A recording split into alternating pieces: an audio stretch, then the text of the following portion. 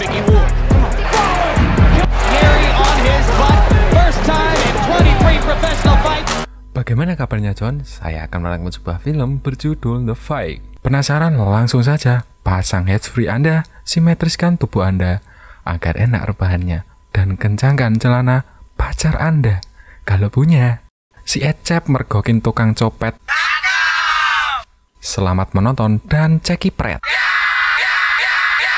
Di sebuah kota terlihat seorang pria yang bernama Mikey yang sedang memperbaiki jalan. Saat dia sedang bekerja, ada seorang kakak yang mengganggunya yang bernama Dickie. Dan ternyata mereka sedang membuat film dokumenter bersama TV HBO.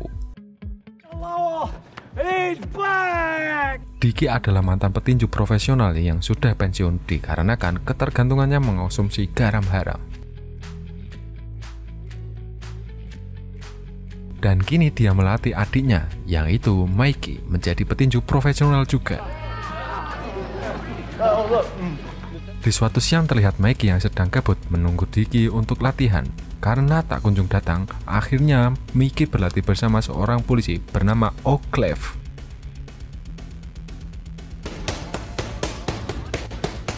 Tak berapa lama pun ibu dari Dickie dan Mikey yang bernama Alice pun datang dengan berdandan cantik karena bakal masuk TV di film dokumenter sang mantan juara tinju yaitu Dickie. Di sisi lain ternyata Dickie berada di rumah pacarnya yang sedang berimajinasi karena kebanyakan mengkonsumsi garam haram. Dia terbayang-bayang masa kejayaannya saat berhasil mengalahkan petinju terkuat bernama Sugar Ray Leonard.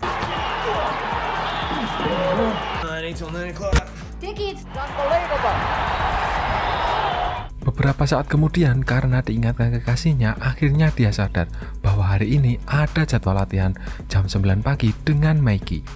Menyadari sudah telat, Dickie pun langsung ingin segera tancap gas. Namun ternyata mobilnya tidak ada yang di parkiran, entah karena dicuri atau lupa parkir karena kebanyakan mendem. Dan akhirnya Dickie memutuskan untuk melangkah dengan kaki seribu. Akhirnya Dickie sampai di gym. Meskipun telat, selama belum telat 3 bulan, Dickie pun telah memberikan menu latihan pada Mike. Dari hasil latihan, Mikey terlihat begitu mantap dan meyakinkan untuk melakoni pertarungan laga ketiga dalam karir tinju profesionalnya.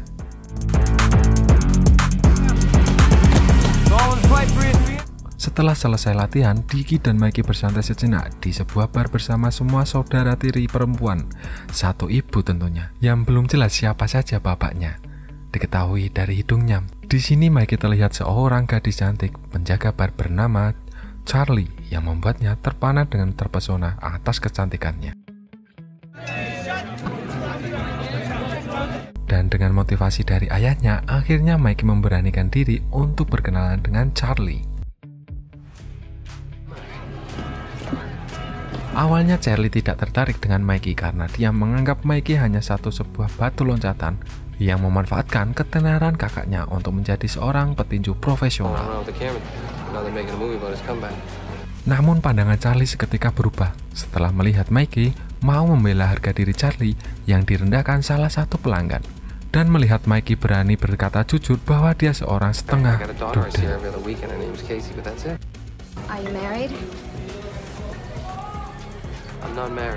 Dan akhirnya Charlie memberikan nomor teleponnya. Keesokan harinya, Mikey pergi ke rumah mantan pacarnya untuk menjumpai anaknya. Ibunya yang melarangnya, namun ayah tirinya yang baik tetap mengizinkannya. Di sini Mikey meminta didoakan anaknya karena sebentar lagi dia akan bertarung menghadapi Saul yang merupakan mantan juara tinju profesional. Singkatnya, hari keberangkatan Mikey ke bandara pun tiba, tapi lagi-lagi di sini mereka harus menunggu Dickie yang entah di mana. Ibunya pun datang dan Dickie segera melarikan diri dengan cara melompat lewat jendela belakang. Namun di sana sudah ada Mikey yang sudah hafal kebiasaan Dickie. Dan Dicky pun dimarahi emaknya karena bandelnya setengah mati. Mikey dan timnya pun sampai ke hotel. Di dalam kamar mereka mempelajari gaya bertarung Mamba. Namun tak lama ibu mereka datang bersama seorang agen bernama Law, mengatakan bahwa dokter tidak mengizinkan Mamba bertarung karena sakit flu. Dan mau tidak mau, Mikey harus bertarung dengan orang lain. Namun Law menawarkan Mikey untuk bertarung dengan Mike, seorang petarung asal Philadelphia.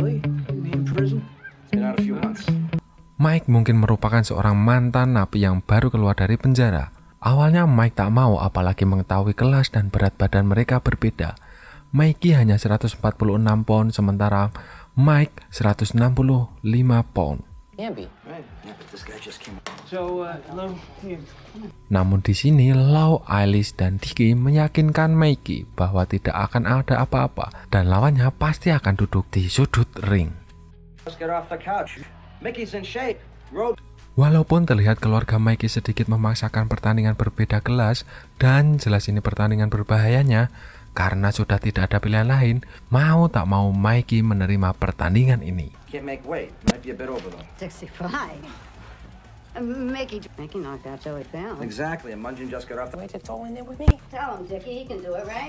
Singkatnya, Mikey pun memasuki arena dan dia terkejut melihat besarnya badan lawannya. Tak lama kemudian, pertandingan pun dimulai. Tak seperti yang dikatakan Law dan Dicky yang mengatakan Mikey akan terduduk di pojok ring. Nyatanya Mikey diajar habis-habisan di sini. Ketidakseimbangan di kelas ini bukan hanya membuat pertarungan kacau, bahkan penontonnya juga ikut ribut.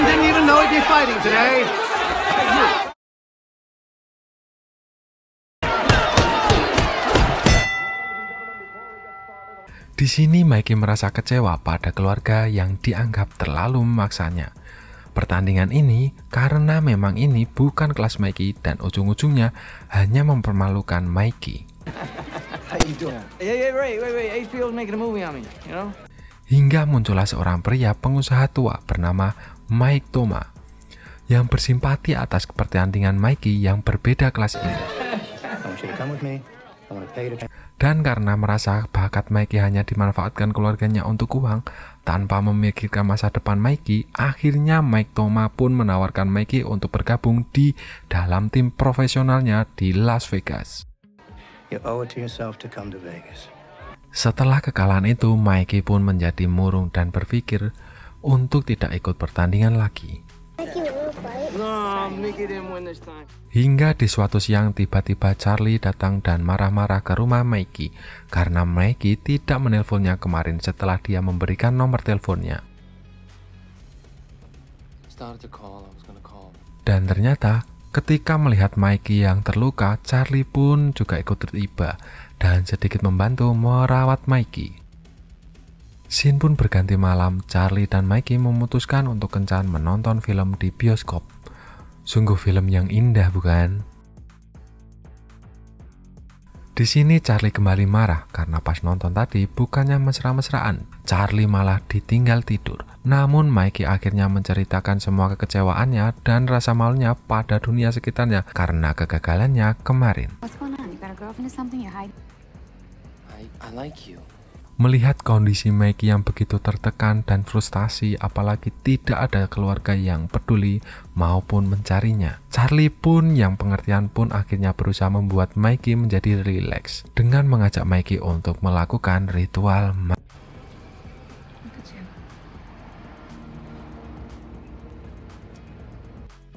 Sementara itu di rumah Alice, keluarga Mikey yang baru sadar Mikey tidak terlihat selama 3 minggu akhirnya panik karena baru saja Alice mendapatkan tawaran pertandingan yang bagus. Namun saudari-saudari pelumpuhan Mikey menganggap semua ini adalah gara-gara Charlie yang membuat Mikey lupa akan untuk pulang. Singkat cerita, tiba-tiba Mikey dan Charlie pun datang ke rumah Alice untuk memperkenalkan Charlie dengan keluarga Mikey. Alice, this is Charlene. Di sini Alice dan Dicky juga memberitahu bahwa mereka mendapatkan pertandingan yang bagus untuk Mikey. Namun Mikey sepertinya sudah kapok karena dia merasa yang keluarganya lakukan kepadanya sungguh tidak profesional dan Mikey merasa hanya dimanfaatkan.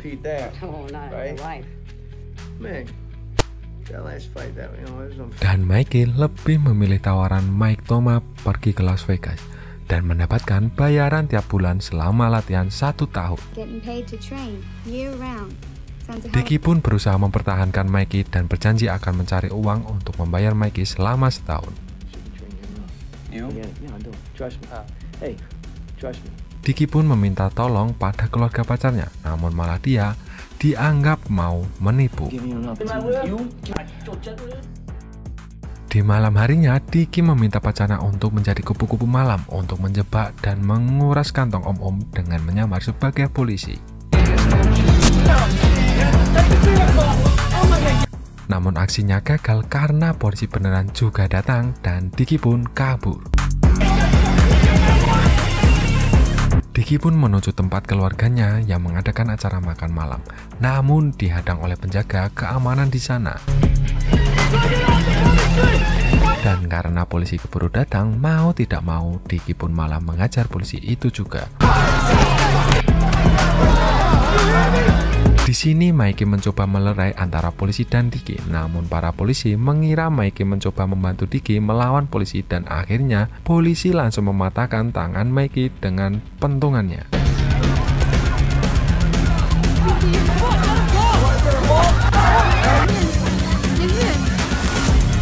Singkat ceritanya, Mikey dan Dicky pun disidang.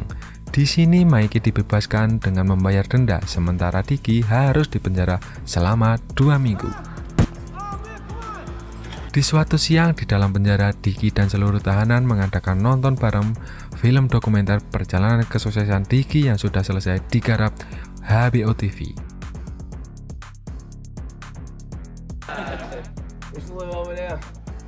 Namun sebelum film diputar, Dicky mengingatkan kembali pada semua penonton untuk klik like dan subscribe channel ini agar tidak ketinggalan video selanjutnya. Saat film itu disiarkan, Dicky dan semua keluarganya pun kaget karena film dokumenter Dicky ini isinya bukan membahas kesuksesan Dicky, tapi malah membahas tentang ketergantungannya, yaitu dengan garam haram yang membuat karirnya sebagai petinju profesional hancur seketika.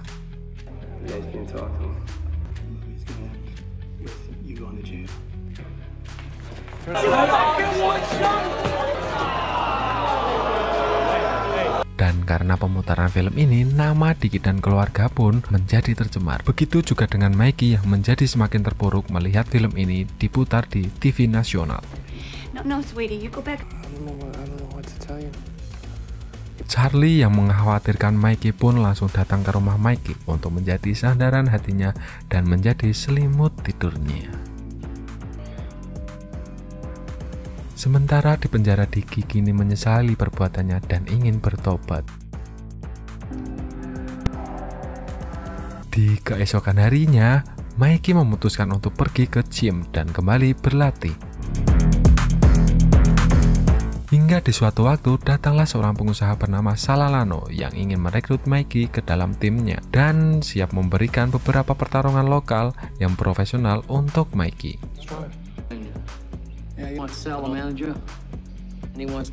Namun kali ini Mikey harus berjalan sendiri tanpa didampingi Alice maupun Dicky. Karena selama ini ayah Mikey juga menganggap Alice dan Dicky tidak profesional dan memanfaatkan Mikey.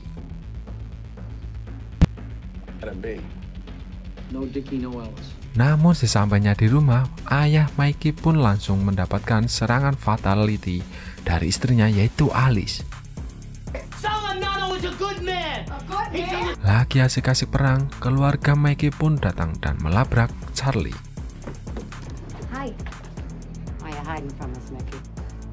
Dan perang para betina pun terjadi lagi di sini. Mikey pun memisahkannya dan menyuruh keluarganya untuk pergi. Singkatnya, hari pertandingan pertama Mikey pun tiba. Dan benar saja, di bawah manajemen yang benar terbukti Mikey bisa mengalahkan semua lawannya.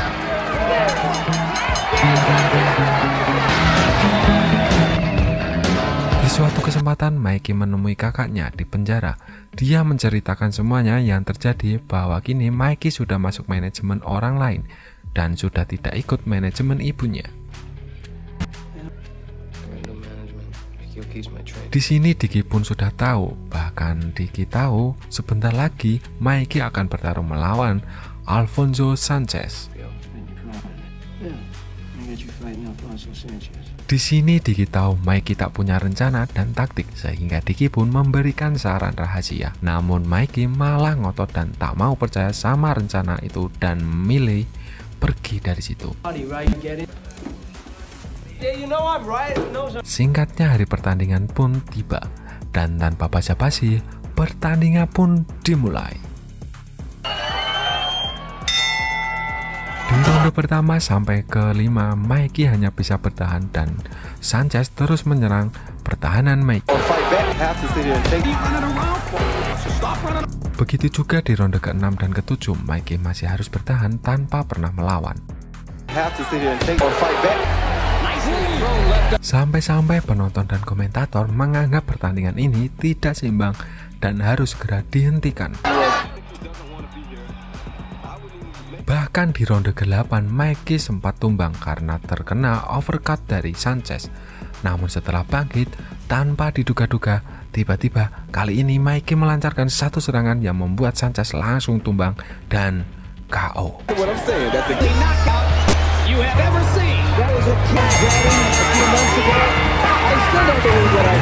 Sendari tadi Mikey sedang menjalankan taktik yang diberikan Diki, yaitu bertahan untuk menghabiskan stamina lawan.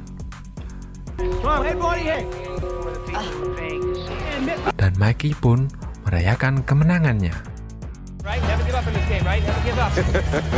Saat sedang merayakan kemenangannya, tiba-tiba Lano datang dan membawa kabar gembira.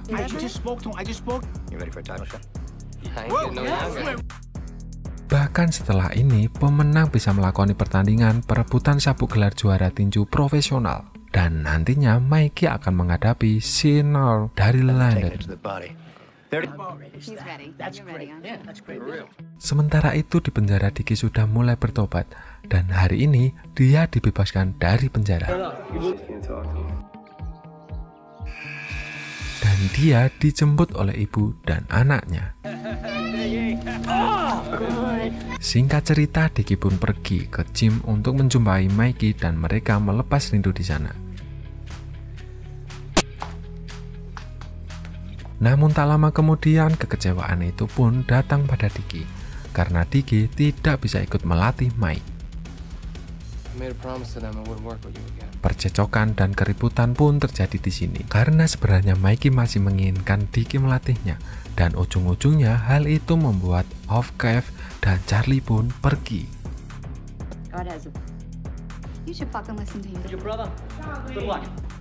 Okay. And I thought you were my mother too. Thanks, I'm gonna be better. Dan Mikey yang egois malah memukul Diki dengan sungguhan. Di sini Mikey mengungkapkan kekesalannya, yang mana Mikey menganggap laki-laki dia kehilangan kesempatannya karena ibu dan kakaknya. What's the matter with you? Hey, you back? No idea you felt like that, alright? If I made Diki yang merasa bersalah akhirnya memutuskan untuk pergi dan menjumpai Charlie.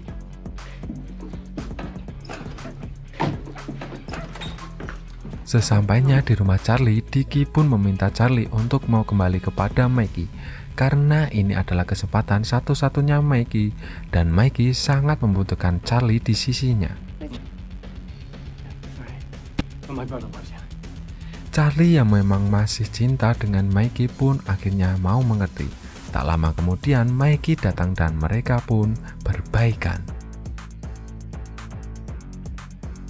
Sementara Diki melanjutkan perjalanannya untuk membujuk Kev. Dan di keesokan harinya, latihan Mikey pun kembali dimulai. Singkatnya, hari penimbangan berat badan dan press conference pun dimulai. Di sini Shayna benar-benar menyepelekan Mikey seolah-olah tak mengakui kekuatan Mikey. Dan hari pertandingan pun dimulai. Mikey berjalan menuju ring dan sorakan penonton yang menyepelekan Mikey, dan Nerville pun masuk ke ring dengan iringan sorakan penuh dukungan dari penonton.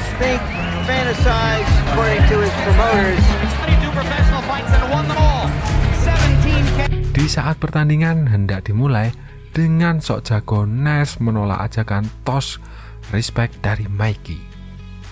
Tanpa basa-basi dan tanpa tos-tosan pun, pertandingan pun dimulai.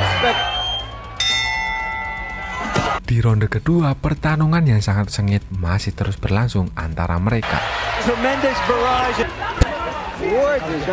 Hingga ronde ketiga, Mikey masih terus melakukan mode defensif, menahan serangan dari Nerve, dengan sesekali membalas serangannya. Hingga masuk ronde ke-6 dan ke-7, karena terlalu sering menahan serangan, akhirnya Mikey tumbang juga. Namun Mikey masih bisa bangkit hingga bel istirahat dibunyikan. Saat istirahat, Dickie menyuruh Mikey untuk melakukan taktik serangan di ronde ke-8. Dan singkatnya, ronde ke-8 pun dimulai. Di awal ronde, Mikey masih menggunakan mode bertahan. Namun tanpa diduga, di pertengahan ronde ke-8, Mikey pun langsung melancarkan pukulannya. Nelly yang ternyata sudah kelelahan menjadi lambat dan sulit menahan serangan dari Mikey, dan membuat Nelly tumbang. Namun Nelly bisa bangkit lagi dan pertandingan pun dilanjutkan. Dan kali ini Nelly yang kembali tumbang dan tidak bisa bangkit lagi. Karena Nelly tak bangkit lagi, akhirnya Mikey pun menang. Mikey dan timnya pun senang, dan hubungan Mikey dengan keluarganya pun membaik. Dan bersamaan dengan kemenangan film ini, Mikey dan Charlie pun berlangkulan dan merayakan kemenangannya, dan film pun selesai.